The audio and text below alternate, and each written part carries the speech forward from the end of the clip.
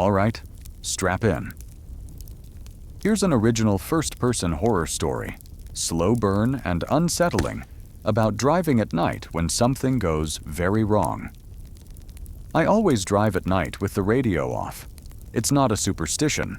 I tell people it helps me focus, but the truth is, I like the quiet. The kind of quiet where the road hums under your tires and your thoughts get loud enough to argue back. That night, the highway was empty in a way that felt intentional, like the world had stepped aside to make room for me and whatever was coming. I was 3 hours into the drive, heading home from a work trip, eyelids heavy, but not enough to stop. The GPS said I had 46 miles left. 46 miles of two-lane blacktop cutting through forest so dense the trees pressed together like they were conspiring. No streetlights, no houses. Just the thin reach of my headlights and the darkness swallowing everything else. That's when I realized I hadn't seen another car in a long time. At first, I shrugged it off. It was late, past midnight. But as the minutes crawled by, the absence started to itch. No headlights in the distance, no taillights ahead, not even a semi-roaring past in the opposite lane. Just me. Then my radio turned on by itself. Static burst from the speakers, sharp, violent, loud enough to make me flinch and grab the wheel tighter. I hadn't touched the dial. The display glowed an unfamiliar red, numbers flickering too fast to read. "Okay," I muttered. "Okay, fine." I reached to turn it off. The static cut abruptly. A voice replaced it. Not music, not a DJ. A voice, low, close, like someone leaning over my shoulder. "You shouldn't be here." My hand froze inches from the knob. The voice sounded wrong. Not distorted, not ghostly. Just too clear, like it wasn't coming through speakers at all. "What the hell?" I whispered. Silence. The radio display went dark. I laughed, sharp and humorless, trying to shake the chill crawling up my spine.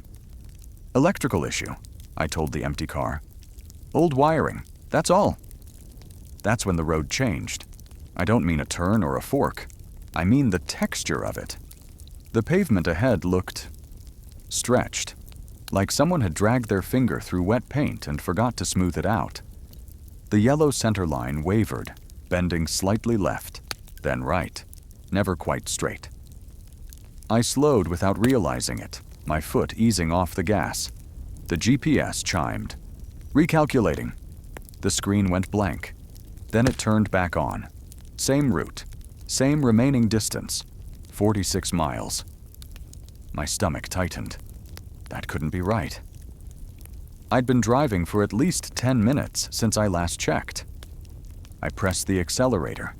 The speedometer needle climbed. The engine responded.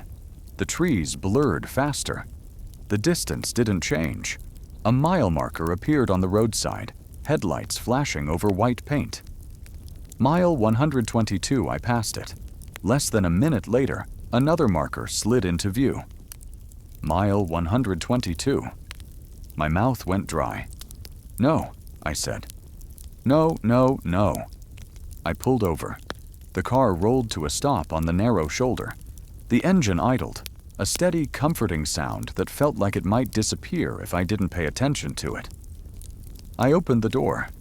The night air hit me like a held breath being released. Cold, damp, heavy with the smell of wet leaves and soil. The forest loomed inches beyond the shoulder, trees packed so tightly their branches braided together overhead. It was quiet, too quiet. No insects, no wind.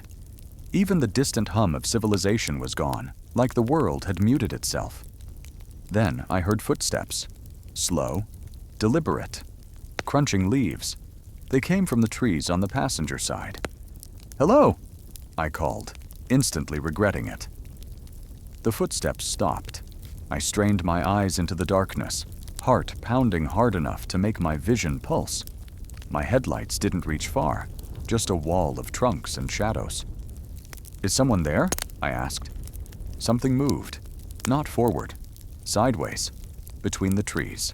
Tall, thin, unnaturally smooth, like a silhouette cut from the dark itself. "Hey!" I shouted. I'm just lost." The shape leaned closer to the edge of the light.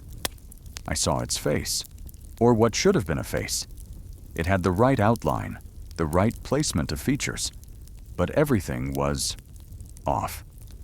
The eyes were open too wide, reflecting my headlights like an animal's, but they didn't blink. The mouth curved into a smile that didn't move when it spoke. "You missed your turn," it said. Its voice was the same one from the radio. I stumbled back, slamming into the driver's door. "How do you know that?" It tilted its head. "You keep passing it." My breath came fast and shallow. "What turn?" It raised one long arm and pointed down the road behind me. "Back there," it said. "The one you refused to see." "I didn't refuse anything," I snapped, panic making me angry. "There is no turn."